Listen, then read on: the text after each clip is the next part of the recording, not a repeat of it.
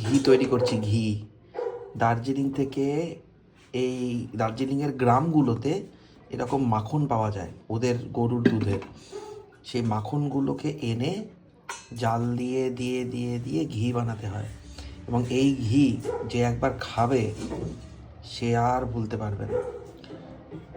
আপনারাও দার্জিলিংয়ের কোনো গ্রামে কোনো হোমস্টেতে ঘুরতে গেলে ওদের বললে ওরাও জোগাড় করে দেবে, বা একটু চোখ কান নাক খোলা রাখলে পরেই দোকানে দেখতে পাবেন প্লাস্টিকের থলিতে করে করে এরকম ননি রাখা রয়েছে। এগুলোকে জাল দিয়ে পুড়িয়ে স্লো ফ্লেমে ঘি বানাতে হয়। ঘি বানালে সেই ঘি কলকাতার যে কোনো, কলকাতা কেন, অনলাইন পাওয়া যাওয়া, দোকানে পাওয়া যাওয়া যে কোনো ঘিয়ের বাবা। এই দেখুন, ঘি রেডি। জাস্ট এই ফেনাটুকু চলে গেলেই এটা কিন্তু নিচে পুরো পিওর ঘি। আর আপনারা বিশ্বাস করবেন না, ঘরে ঘিয়ের গন্ধে ম ম করছে।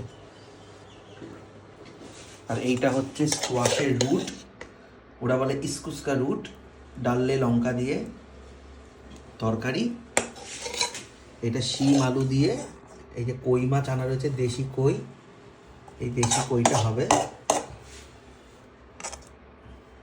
চিংড়ি মাছ দিয়ে দেখুন, স্কোয়াশের তরকারি, স্কোয়াশের রুটের, স্কোয়াশ আগে এনে রাখা আছে। এই দেখুন, এইগুলো ওদের ওখানে জঙ্গল থেকেই, মানে ওদের গাছে গাছে হয়ে আছে স্কোয়াশ, এগুলোই নিয়ে এসেছি। আর এটা হচ্ছে এই স্কোয়াশ গাছেরই রুট, এই স্কোয়াশ গাছের রুট এটা, মানে নিচে শেকড়টা, এই দুটোই দুর্দান্ত খেতে।